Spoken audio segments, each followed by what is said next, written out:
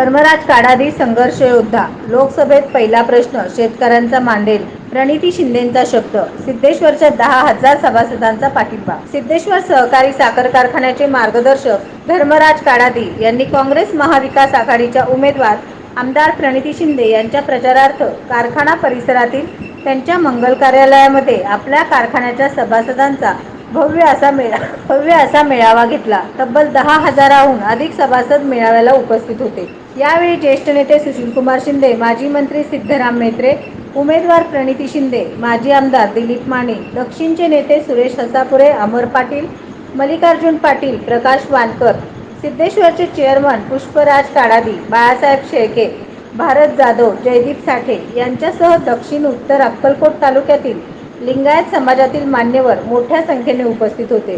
प्रणिती शिंदे म्हणाल्या, ही लढाई आता माझ्या एकटीची राहिली नसून तुमची आहे. एक वेळ मला साथ द्या, पुढची लढाई मी स्वतः लढेन. धर्मराज काडादी हे संघर्ष योद्धा आहेत.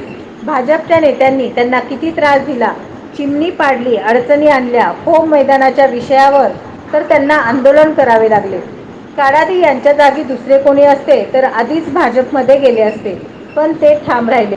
अशा संघर्ष योद्ध्यासोबत मी कायम राहीन. लोकसभेत तुम्ही खासदार म्हणून पाठविल्यावर पहिला प्रश्न शेतकऱ्यांचा मांडेल. शेतकऱ्यांना लोड शेडिंग मुक्त करेन, असा शब्द उमेदवार प्रणिती शिंदे यांनी दिला.